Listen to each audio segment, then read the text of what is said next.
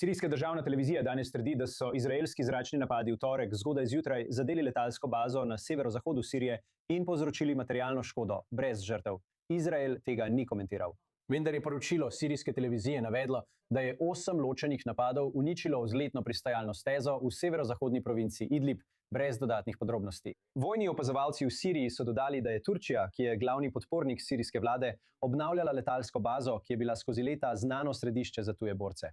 Toda incident je spodbudil ameriškega ambasadorja v Turčiji in posebnega odposlanca za Sirijo, Toma Barretta, na družbenih omrežjih, da je, citiram, potrdil izraelske zračne napade. Kot je dejal, so ti, citiram, nepotrebna eskalacija, ki ne prispeva k regionalni stabilnosti. Konec citata. Z nami je upokojeni ambasador Cengiz Firat, nekdanji turški ambasador. Lepo, da ste spet z nami v oddaji, Cengiz. Poglejte, obstajajo strahovi pred napačno oceno med Izraelom in Turčijo. Veste, to vidimo kot, če je res, kar trdijo na sirski televiziji, v kar so Američani očitno prepričani. Domnevni izraelski zračni napadi, ki so zadeli letalsko bazo v Siriji. Veste, kako napete so ta trenja, te napetosti med recimo Turčijo in Izraelom v tem trenutku? Mislim, da postaja to precej nepremišljeno. Postaja precej. No, kako naj to povem, da bom zelo diplomatski. Moramo zagotoviti, da so komunikacijski kanali odprti. In vedno pravimo, da ne smemo iti niti koraka dlje. Toda poleg retorike, ki prihaja z obeh strani, kaj vidimo? Na terenu vidimo dejanske napade z lovci na letalsko bazo druge države. In to je agresivno vedenje. In strinjam se z besedami ameriškega ambasadorja, ki ste jih navedli, to je bilo precej nepremišljeno. To je bilo precej blizu turške meje. Torej, to je jasno sporočilo, ki prihaja z izraelske strani, očitno. Kljub temu pa, če beremo, kaj sta povedali obe strani, ves čas stopnjujemo napetosti. Obe strani precej jasno izjavljata, kako naj rečem, nediplomatske besede, druga proti drugi, ob tem pa, kot to vidimo v Turčiji, je, da prihaja do stopnjevanja, da prihaja do agresivnega vedenja strani Izraela, ne samo z besedami, ampak tudi z dejanji. Naj tukaj za trenutek prekinem, Cengiz. Ja, seveda. Ne izvaja napadov tako globoko v Siriji za vajo. In govorite o grožnjah, ki prihajajo iz Izraela v tem trenutku, vendar je očitno zaznava grožnje. Veste, ki prihajajo iz Sirije, ki je mozaik džihadističnih skupin, ki jih podpira turška vlada, o kateri govorite o sovražni retoriki. Veste, lahko bi napisali knjigo o retoriki, ki je v zadnjem letu prišla iz Ankare samo proti Izraelu. Vsa ta nelegitimna govorjenja in podobno. Torej, veste, kakšno stabilnost mislite, da si veleposlanik Barak in drugi prizadevajo doseči, kaj ne? Zdaj. No, Turčija in kolikor razumem tudi z veleposlanikom Barakom, trenutno poskušajo graditi zavezništva. Sirija trenutno ni država, ki bi lahko povzročila kakršnokoli škodo Izraelu, niti v dogledni prihodnosti. Tako da nenehno napadanje, kot pravite, ponavljanje naših dejanj na terenu in podobno, je vse v nasprotju z mednarodnim pravom. Kar je treba storiti, je zagotoviti, da se vrnemo k pogovorom, da se vrnemo k diplomaciji, da se dejansko začnemo strinjati glede določenih stvari. Če se lahko Sirci združijo in ponovno zgradijo državo, vzdržno državo, ki deluje, ki ima vzdržno gospodarstvo in tako naprej, to ne bo škodovalo nikomur, vključno z Izraelom. Zdaj pa vidimo, da Izrael noče nobenega vzdržnega, stabilnega gospodarstva ali države v Siriji. In to je nekaj, Počakaj, odkot ti to, gang? Napad na oddaljeno letalsko bazo, ki jo Turčija domnevno gradi. Nočemo ničesar stabilnega v Siriji. To so dejanja izraelske države, ki trajajo že kar nekaj časa. Agresivno napadate državo, imenovali ste jih džihadiste in podobno, vendar vas niso napadli. Niti enega napada ni bilo na vas. Povečali ste svoje ozemlje.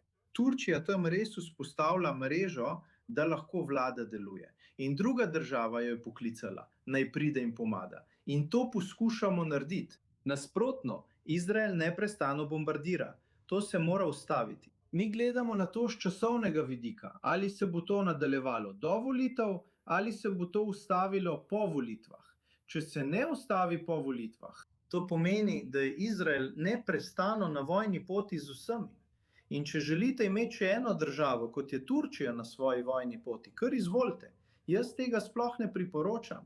To je zelo nepremišljeno, zelo nediplomatski način, kako nadaljevati. No, zagotovo je to nediplomatsko, vendar trditev, da iz Sirije ne prihajajo nobene grožnje, očitno izraelski odločevalci vidijo drugače, če je bil to dejansko izraelski napad v Siriji. Znova, tukaj imamo izjavo nekdanjega turškega ambasadorja, Cengiza. Hvala, da ste bili z nami. Zdaj po studiu z Jakovom Lapinom, našim varnostnim analitikom. In poglej, vojaška prisotnost Turčije, pogovorimo se o tem, poleg vse retorike.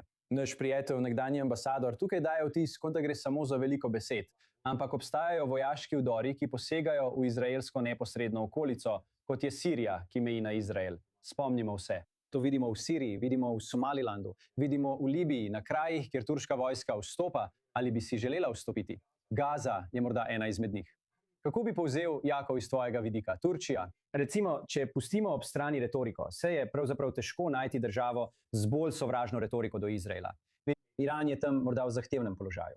Ampak, kaj praviš o vojaški prisotnosti in dejanjih Turčije, ki bi lahko jasno ogrožale Izrael? No, poglej, mislim, da Turčija gleda na Sirijo tako kot na mnoga druga območja v regiji pod tem turškim predsednikom Erdoganom, kot na nekdanje imperialno območje Otomanskega imperija. In čutijo se zelo upravičene, da se vračajo nazaj na ta območja. Malce me zabava, ko se Turčija pritožuje nad izraelskimi obrambnimi varnostnimi območji, ki so v resnici zelo majhna. Tudi Turčija bi v Siriji, ali bi si glede pogledal obrambnih varnostnih območij. Ja, poglejte, turško vojaško prisotnost v severni Siriji, ki sega v čas pred tem režimom, ki je dejansko naklonjena Turčiji, o tem ni dvoma. Toda Turčija je imela to varnostno območje tudi pod Asadovim režimom, ko ni bila dobrodošla v Siriji. In to turškim odločevalcem sploh ni bilo pomembno. Veste, sploh ne bomo začeli govoriti o Cipru in drugih območjih, kjer turška vojska zaseda ozemlje. Tako da je ta retorika zame res zabavna. Ampak poglejte, na koncu dneva, kar imamo tukaj, je zelo delna slika. Jasno je, če predpostavimo, kot pravite, da je za tem stal Izrael, prišle so neke vrste obveščevalne informacije o grozeči zmogljivosti. Ni šlo za samo letališče. Gre za to, kaj je Turčija nameravala namestiti, razporediti na tem letališču. Ne vemo, kaj je to bilo. Bi lahko šlo za nekakšen napreden sistem zračne obrambe, ki bi resno ogrozil Izraelovo sposobnost delovanja v tistem zračnem prostoru. Ne pozabimo, da je to tudi pot, ki naj bi jo uporabljali za pot do Irana. Je šlo za neko zmogljivost dronov, radar, rakete, ofenzivno obrambo? Ne vemo.